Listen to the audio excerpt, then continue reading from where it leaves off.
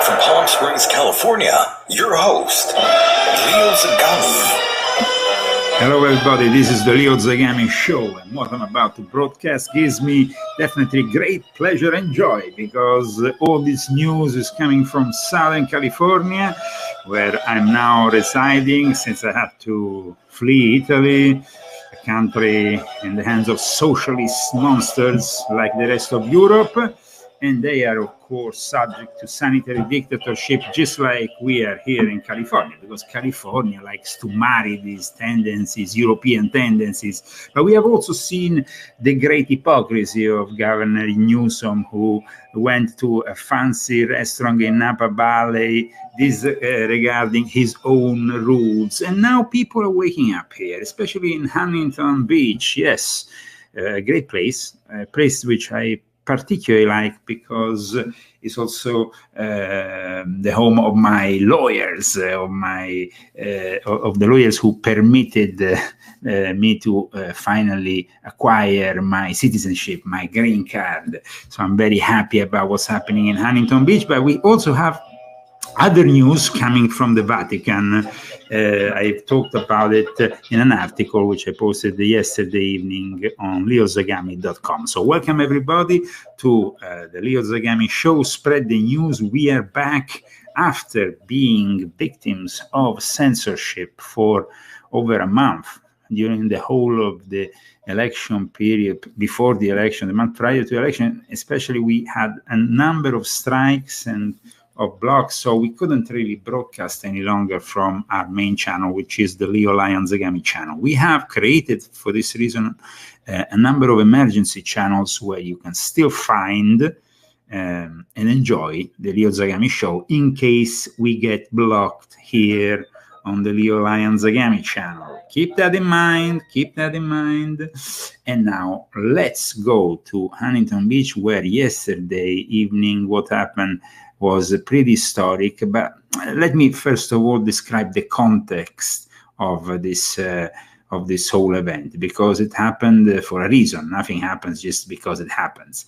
Hundreds of people gathered in the streets of Huntington Beach to protest because they deemed the new curfew as too much of a restriction, and it is, of course. A crowd of estimated 1,000 people gathered in front of the Huntington Beach Pier, and they protested the first night of this stateside curfew on non-essential activity, which was, of course, imposed to a number of counties here in California, which is aimed, they say, at slowing the spread of COVID-19, but of course is mostly imposing, once again, sanitary dictatorship at its worst.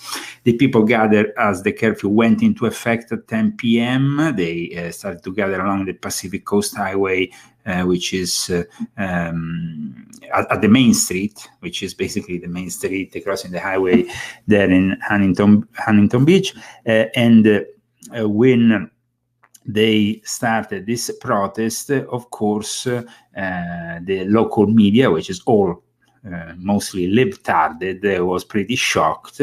But we're going to show you now some of the images. And of course, during the evening, the soundtrack for this evening was a famous song which we have learned to listen during Trump's rallies, especially during Trump rallies. So let's go. I have a lot of images here from this event, and they are all very nice images that show that here, even here in Southern California, which, as you know, it's prevalent in the hands of libtards, things are moving, and Trumpians are not giving in to this sanitary dictatorship so easily.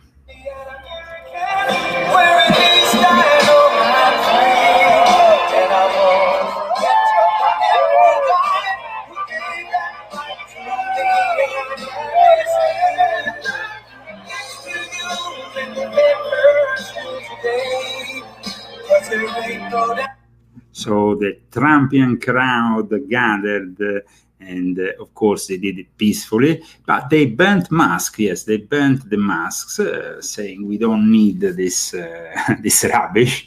And that was, of course, pretty shocking for the libtards. But I must say, from going to Huntington Beach for a few months during my whole case for acquiring my citizenship, I learned that Huntington Beach is definitely a singularity in Southern California. Singularity, I hope that this whole movement expands. We have seen also weekly gatherings before the elections in Beverly Hills with thousands of protesters. RT News said it began trending on Twitter as both supporters and critics waited on the small act of civil disobedience that took on in Southern California.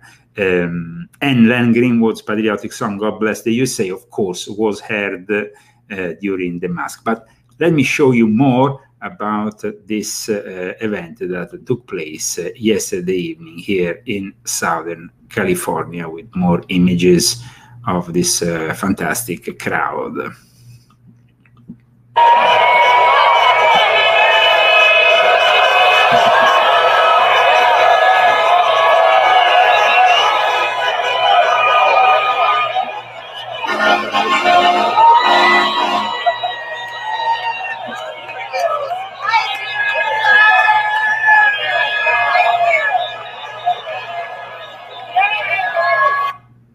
So what happened was pretty impressive. Demonstrators, as I said, banned coronavirus mask as a crowd was heard chanting, "Burn that mask, burn that mask." And folks at the rally must have read the latest study from Denmark outlining how masks do very little to stop COVID-19. And we have said in the past here on the Leo Zagami show how they actually help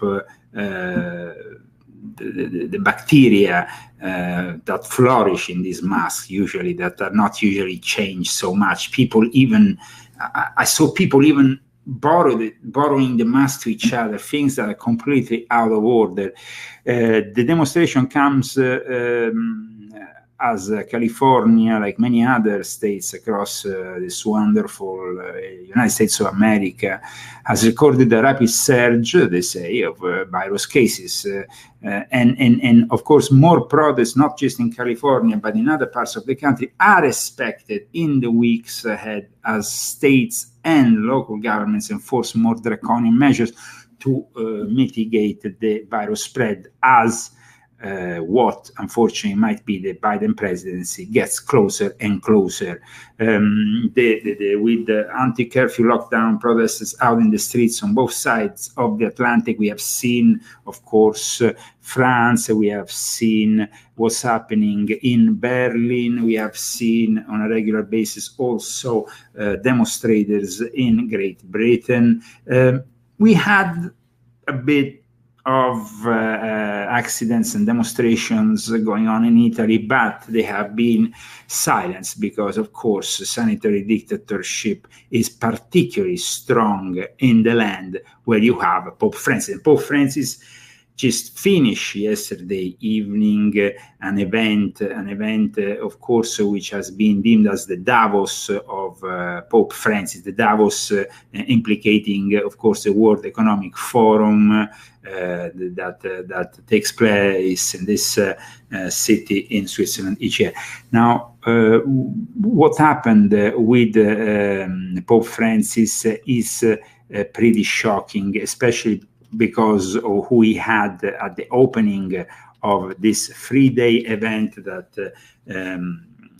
terminated yesterday evening.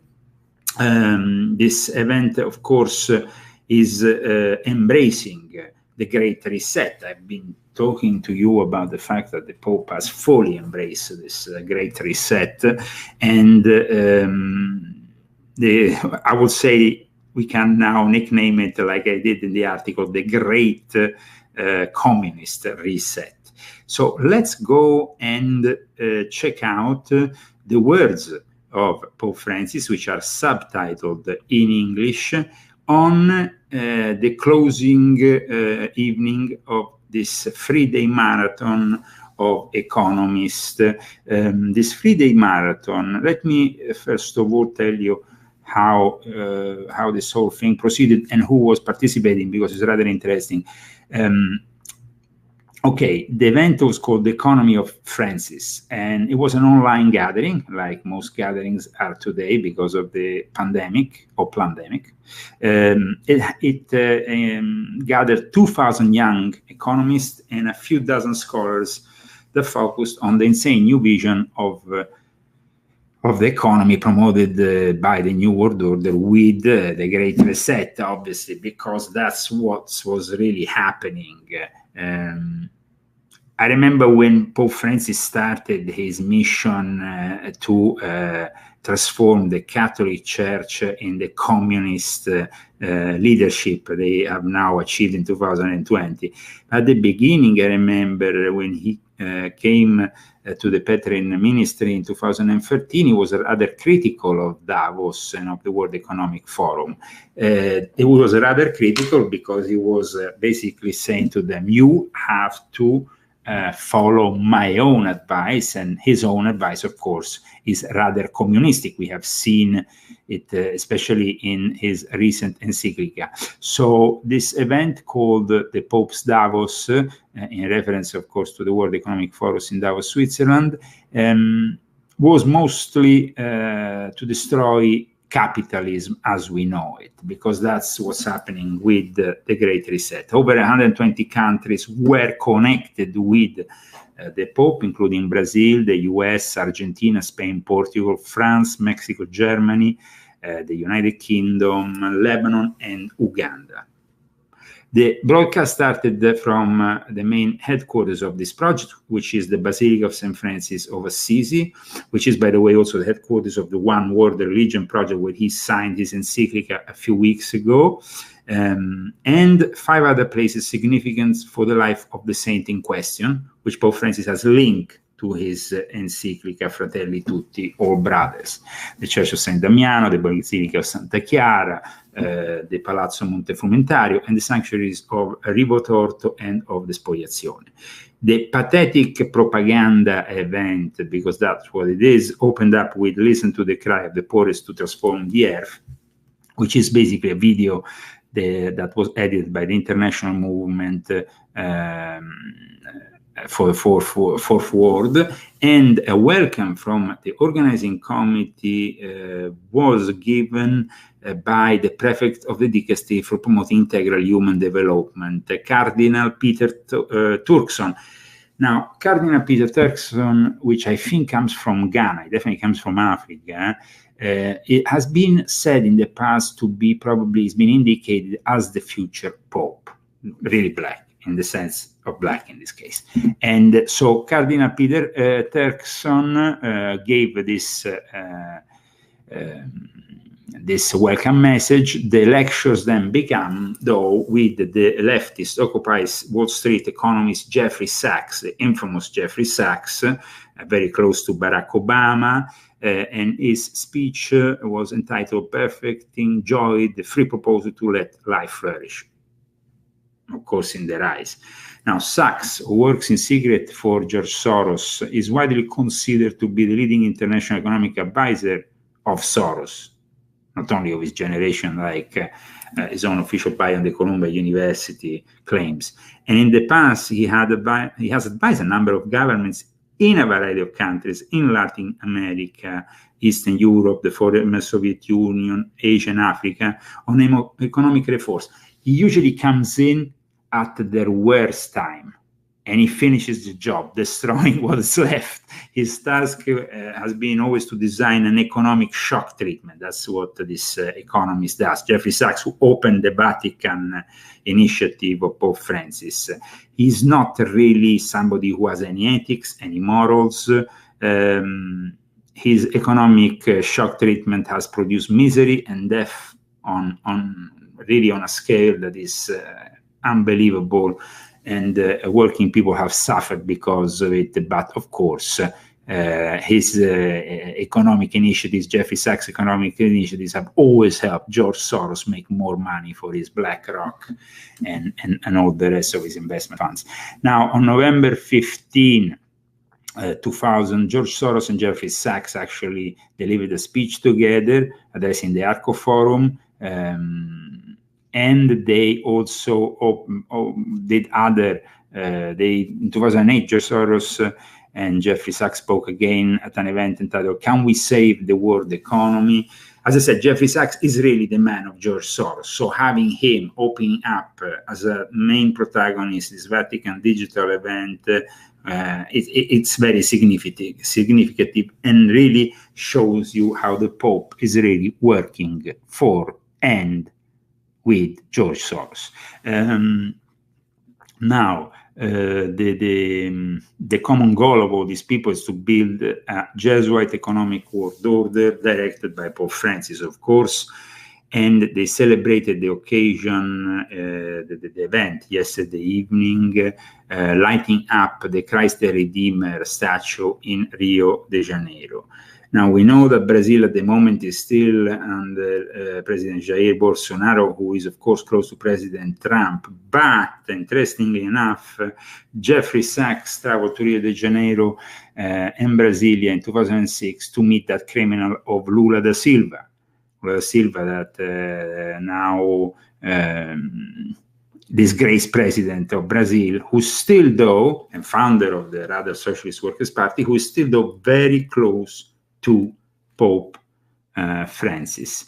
So let's go and see what Pope Francis said at the end of his own event, of his own mini Davos, some called it, or Pope's Davos. Let's see what he says. It's subtitled in the English language, so you will not have any problem in understanding what he's saying. La storia ci insegna che non ci sono sistemi né crisi in grado di annullare completamente la capacità, l'ingegno e la creatività che Dio non cessa di suscitare nel cuore. Con dedizione e fedeltà ai vostri popoli, al vostro presente e al vostro futuro, voi potete unirvi ad altri per tessere un nuovo modo di fare la storia. Non temete di coinvolgervi e di toccare l'anima delle città con lo sguardo di Gesù. Non temete di abitare coraggiosamente i conflitti e i crocevia della storia per ungerli con l'aroma delle beatitudini. Non temete perché nessuno si salva da solo. Nessuno si salva da solo. A voi giovani provenienti di 115 paesi rivolgo l'invito a riconoscere che abbiamo bisogno gli uni degli altri per dar vita a questa cultura economica. So that was Pope Francis. I, for some reason, don't have the last part of his message, but nothing incredible was said apart from the fact that this whole event was created to undermine capitalism as we know it. In front of that event has been promoted now for weeks all over the internet, known as the Great Reset. Welcome everybody, this is the Leo Zagami Show. As you can see, we are trying to deliver this English show by Leo Zagami almost now on a daily basis, since we have been finally allowed back on my channel, the Leo Lion Zagami channel. We will continue to do so, but of course we need your help to support this alternative media project.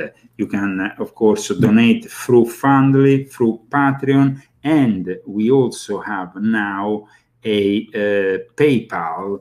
I know we have been having problems with PayPal in the past. We actually went through other two accounts. Now this is the third one. I don't know for how long we will manage to have it, but of course you can use it for the moment, and it will definitely help us in our mission. We would like to get some new equipment also in the coming weeks to make the show even more professional, but we will continue proposing also the purchase of our books, because the purchase of our books also helps us in our mission. This is volume 5 in the new edition, It's a very lengthy book. It's particularly indicated for those who want to understand really where the whole CCP virus, the whole Chinese virus fits in this whole new world order scheme of things. So welcome everybody. I see that the number of people who are following us is gradually growing. We have, I don't know, 17, 18,000 subscribers, but unfortunately not many of them really get the bell, boom, the advice. So I think you should go into your settings and make sure that not only you are subscribed, but you receive the notifications of when we broadcast with the Leo Zagami Show. And now let's go forward, because we have a lot of things that are happening in the last few hours in Guatemala. Yes, Guatemala.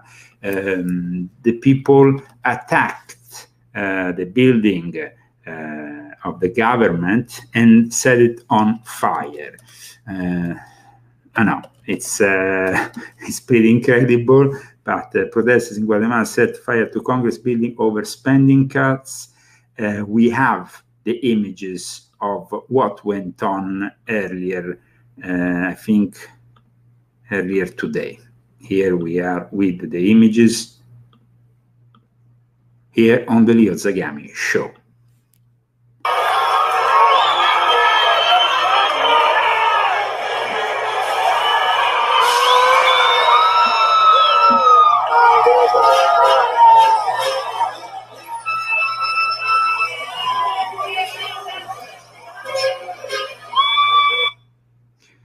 So, what's happening in Guatemala? Well, definitely we need to keep an eye on what's happening in Guatemala. Apparently, after two hurricanes displaced thousands of people and have wrecked basically their life, their infrastructures, and a bill that cut spending on health and education, it seems like people have really lost faith in their government, and at that point they decided to attack the building that houses the Guatemala Congress and set it on fire. It happened, I can confirm it happened actually yesterday. Thousands of protesters took to the streets in Guatemala's capital, and they basically, as you have seen from these images, set on fire the building. This is, of course, in the eyes of many people, something that is done by these revolutionaries. But there's always, in these circumstances, there is always somebody who is pulling the strings from behind the scenes. And if we go and investigate what's happening in Guatemala, I'm sure that sooner or later we're going to discover there is George Soros, because it seems to be really omnipresent. Everywhere there is a revolution, there is some kind of social manipulation, George Soros seems to be leading the way. I hope that you're enjoying a great Sunday. This is the Leo Zagami Show. I hope that all over the world where you're watching this broadcast, you are enjoying the show. There is people, of course, that are locked up, that are once again victims of this sanitary dictatorship. We have seen queues and queues of Americans that are, of course, lining up for food supplies. And the same thing is now happening also in Italy, where they're actually queuing up for a piece of bread, which is even worse. I mean, they don't really get what we get here in the United States. This is what's happening in Italy, where unfortunately the situation is very sad. The people increasingly poor, like it's happening here in the US, but they don't have any way to survive, because the level of oppression of the sanitary dictatorship in Italy is completely out of control. Completely out of control. And this is what they want. This is what the elite wants. They want us really on our knees begging for a piece of bread. This is what happens when you destroy the fundamentals of capitalism. This is what happens when you have China spreading a a bacteriological virus weapon, which has been used by China to cripple the world economy and favor the rise of the Great Reset, which basically will bring us only pain and suffering together with communism. Hello, everybody. This is Leo Zagami. Of course, this is the Leo Zagami Show. We are bringing you news on all the latest. Regarding Sidney Powell, she went on Newsmax yesterday evening and she came up with something new, saying it's going to be biblical. It's a blockbuster, she defined her next move, especially in Georgia. I don't know. I mean, Tucker Carlson, of course, has been critical and has been also mentioned. I can show you now what happened on Newsmax, but Tucker Carlson was skeptic because he said he required over and over again from Sidney Powell the evidence that she was bringing forward. Now, this is what Sidney Powell said yesterday evening at Newsmax, and I think it's important that we all watch what she had to say. All right, we now have Sidney Powell on the phone. We got the little gremlins out of the system there, whatever the problem was. Sidney, if you can hear us, great to talk with you tonight. Yes. How you doing? And it's good to talk to you as always. I want to start off with just the ruling. The biggest news out tonight is this Pennsylvania ruling from this federal district court judge. What do you make of that? Yes, well, each of the district court judges has their own particular perspective on things, and I think that judge was appointed by President Obama. We really don't expect to win a lot of the district court cases, but ultimately the Court of Appeals and the Supreme Court will have to get it right. We're very clear on the law and the facts on multiple issues, and we haven't even begun to present the big fraud case yet that I am still working on. And it's going to be a blockbuster. I mean, it's interesting. Obviously, I mean, you guys had the news conference this week. There was a lot of compelling stuff in there. It sounded like you guys were making progress going down a road of investigation. But as I think anybody understands, when you're trying to lay out a case, it takes time to find out what you have. You had a bit of a rub with Tucker Carlson this week, who basically said you didn't have any evidence when they asked you to come on. What is the truth of the matter there? Because that made a lot of news. Oh, yes. Well, he sent me some very abrasive and disrespectful emails or text messages, and I responded politely, offering him a different person as a witness who could explain it. I simply didn't have time to do it then, and I sent him a copy of one of the compelling affidavits that we have in the case. And apparently that wasn't sufficient for him. He was having a little bit of a tantrum. But I didn't see or hear what he said, and I haven't had time to listen to what he said after that. I'm just proceeding on my course of getting the case ready to prove in a court, which is where we prove cases of law, not in the media. What is your timeline as you look at this? What's the timeline you think before you can put out some of this evidence that can really, if you want to shut the media up, but they say that you guys have nothing, when will you have some of this stuff that's this hardcore evidence in paper and writing? Well, frankly, the affidavits we've already introduced are hardcore evidence. They're firsthand testimony of witnesses who saw how and why the system was created and how it worked to accomplish the objective for Hugo Chavez. They're people who saw ballots being destroyed. We've got evidence from people who saw fake ballots being created. We've got all kinds of different evidence, and then we've got the statistical and mathematical evidence that's absolutely irrefutable. I mean, a coin doesn't land on the same side when you flip it 186,000 times. You can't just inject 86,000 Biden votes and expect anybody to believe those are real, and they're not. When we see, no matter how you analyze the statistics, whether it's the predictive model or the actual data as it comes in, it doesn't hold water. And we've got other testimonial evidence that appears to be coming in now to indicate the Democrats literally added 35,000 votes to every Democratic candidate to begin with. 35 in any. This is pretty shocking. what is happening. And of course, there is a lot of controversy going on also with Fox News. Yesterday, I have mentioned the facts that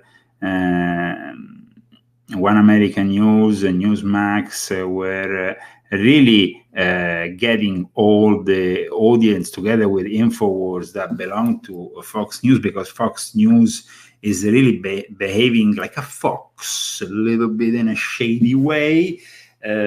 Even Tucker Carlson's attack on Sidney Powell was a little bit suspicious. So I went and found a very interesting interview that was given a few days ago by the CEO of Newsmax, called Christopher Rudy, on the future of conservative media. I don't think many of you have watched this interview, but I think it's very important because this interview was, of course, broadcast by the fake news institution CNBC. But let's check it together because I think it's worth watching it. So the Hicks Muse story that was in the front page of the Wall Street Journal, Trump associates raising $200 million to buy Newsmax as a Fox News alternative, and it would be like Trump TV or something. You know Tom Hicks, I think, and you talked to him. But this was never discussed. Look, I don't want to reveal private discussions, but I do know the Hicks. I respect them. They're a great investment bank. They've done other media deals. So everybody's trying to say they're doing Trump TV. I don't know if that's true or not. You should ask them. First of all, I think Newsmax, we know our valuation is higher than $200 million. So I don't know where that number came from. Sometimes through the years, we've had a lot of people approach us, Joe, to buy Newsmax, invest in Newsmax. These are oftentimes very informal discussions. They're not formal. And I think, again, the Hicks family, very respected, but we had no deal with them. And I think it was pretty clear in the Journal article. A lot of people are trying to see a tie with the president. I've been friends with him a long time. The Hicks family have been friends with him for a long time. But I think they're reading into it a little too much. Okay. Then there was, and we talked about the conservative outlets are coming. There's something called Parler. And I think this was a fake Parler post that said Tucker Carlson was headed over to Newsmax. I don't know. Maybe I don't know what the implication was for why he would do that. I think you'd need that $200 million from Tom Hicks to get Tucker over to Newsmax. But he said he's not going to do that, and he's going to stick around at Fox. But so there's a lot of interplay with a lot of movement in this arena right now, isn't there? A lot of conjecture. I don't know if any of it's true. Right. We're in no discussions with Tucker joining Newsmax. We have a great guy, Greg Kelly, who's leading our nightly programming and doing incredibly well. Look, I respect a lot of the people over at Fox. I certainly respect Rupert Murdoch for what he did in building Fox. He was a pioneer. Is that what you want to do, Chris? You want to replace Fox News or at least compete in that space and take market share primarily away from them? Cable news market's a $6 billion market. Fox has half of it. They've had no competition. We are the first. We have the distribution now to compete with them head on. And I think that the country needs. Fox was very schizophrenic, Joe, in this previous election, in its support and consistency about the president. I think Newsmax was consistently supportive of the president. I think he was very disappointed. He's told me personally that he wasn't happy with the Fox News coverage. And, the election night where they called Arizona, but they wouldn't call Florida. And a number of other things, they won't report on vote fraud. Newsmax is talking about that. We don't believe there's a conspiracy, but we are talking about those issues. And I think the president should have the right to contest the election if it's that close. But saying that Fox wasn't, that you were supportive of the president and Fox News wasn't supportive enough, does that make you a news channel? Or does that make you an activist or a PAC? I think that news organizations have editorial perspectives. CNN and MSNBC have consistently had an anti-Trump messaging going on over there. Fox has been sort of schizophrenic. Newsmax, while we can be supportive editorially, we report both pro and con about the administration all the time. And if you go to our website, you'll see that. Generally, truth in advertising, we have an editorial point of view that supports free markets, supports free enterprise, less tax cuts. strong defense. These are issues that the president supports. And I think as a news organization, I look at the New York Times. I think that is the most liberal. Sometimes it looks just like propaganda, and people. And that's what it is. Leftist propaganda has been, of course, increasing in the last few years from the mainstream media, and now, of course, the conservative outlets are growing strong because people are simply fed up of listening to so many distorted versions of reality in what is clearly been in the last 4 years a continuous attack on President Donald J. Trump. Imagine what we would have achieved if we would not have wasted so much public money, resources, media power on the Russian hoax, for example, on all the rubbish to do with the impeachment just when the pandemic was starting. This has been really the responsibility of the mainstream media, the irresponsibility of the mainstream media that, of course, now has generated more and more interest towards alternative outlets. Now, Fox News seemed to have lost that conservative edge on the night of the elections, on the night of the coup on the 3rd of November, when they basically have stolen the elections. Now, a lot of people hope, like me, we all hope that sooner or later we're going to get to the Supreme Court and things are going to be overturned in favor of Donald J. Trump. But this is, in the meantime, becoming also a war for survival of President Trump, because there is cases and lawsuits moving against him and his family in New York. And there is also Detroit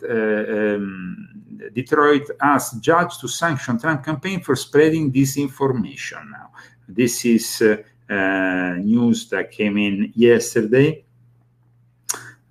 As you can see, it originally came from Reuters. Lawyers for the city of Detroit have asked a judge to reprimand President Donald Trump's campaign for spreading disinformation in a court filing about the certification of a Michigan county's election results. Trump campaign on Thursday said they were voluntarily dropping a lawsuit contesting Michigan election results because the election officials in Wayne County met and declined to certify the results of the presidential election.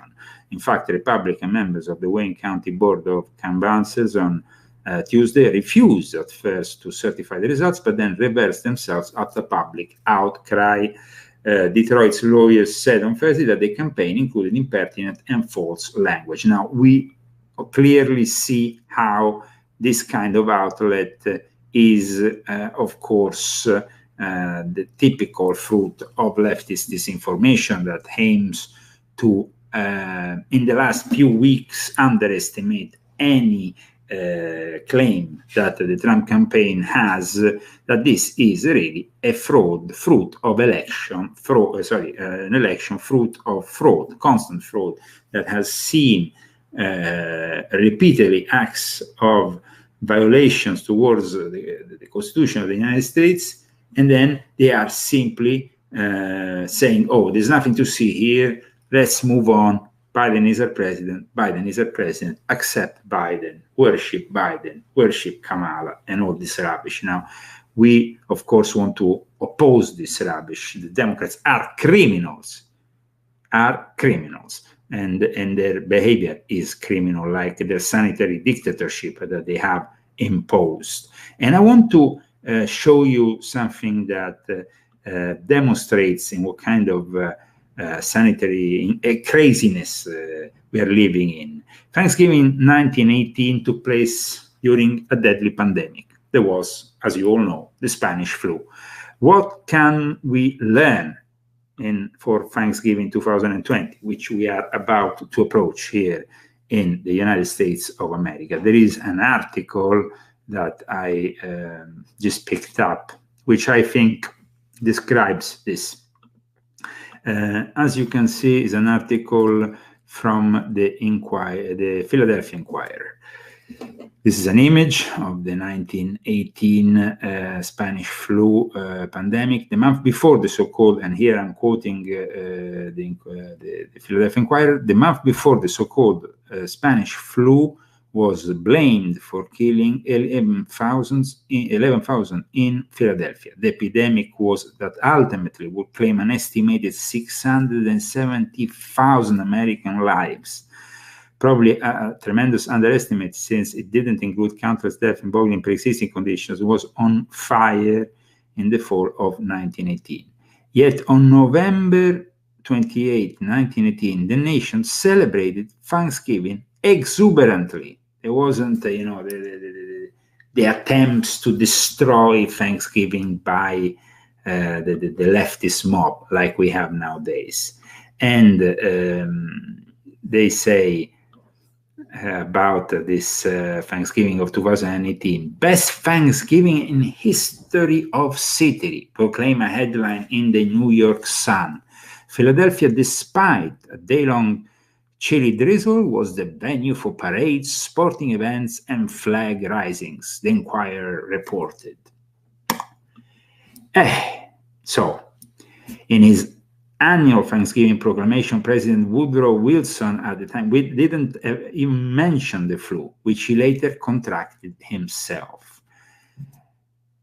Now, of course, things are very different. Thanksgiving 2020, here they are commenting it in the Inquirer in the following way. COVID-19 is casting its long, persistent shadow of Thanksgiving 2020, but for a variety of reasons, the Spanish flu didn't have a similar effect in 1918 on Thanksgiving or the subsequent holidays. Of course, idiots, it didn't have the same effect because people were basically free to decide if they could, if they wanted to live an ordinary life in spite of a pandemic, and that's what they did. They fought the virus day after day in the streets, but they carried on their life, they carried on their business.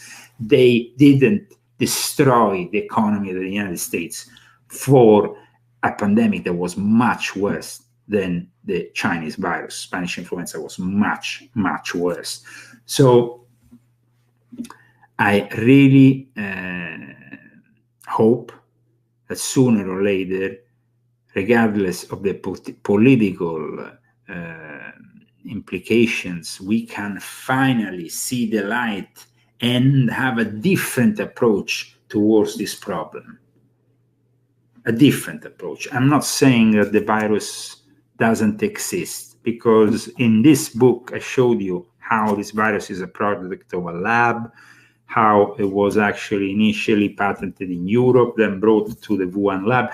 Now, the thing is that we need to coexist with the virus until eventually we have the vaccine, and eventually those who want to, and eventually those people who want to take the vaccine will take the vaccine, because, I mean, it's not imposed here, at least in the United States of America. We're still a free country. We don't have an imposition on the fact that we have to take the vaccine. In certain countries, like in Europe, I'm sure they will impose the vaccine. And they are actually planning already in Italy a series of limitations if you don't take the vaccine.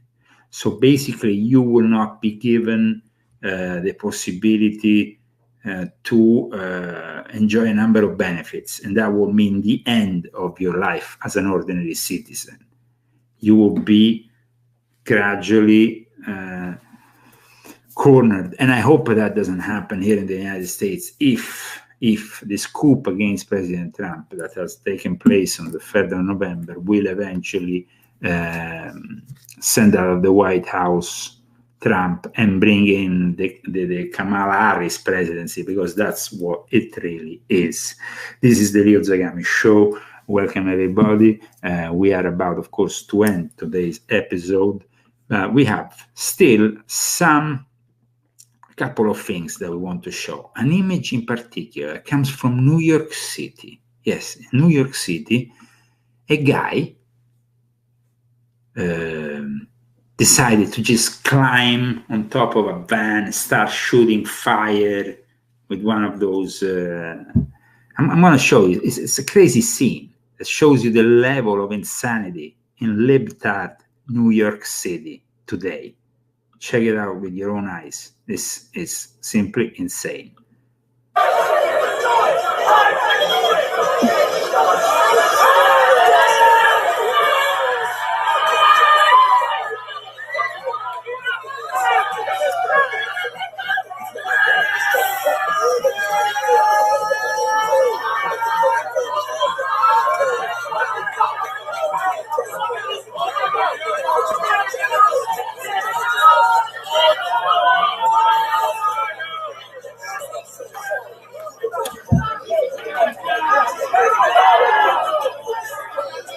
The guy setting fire to cars in the proximity.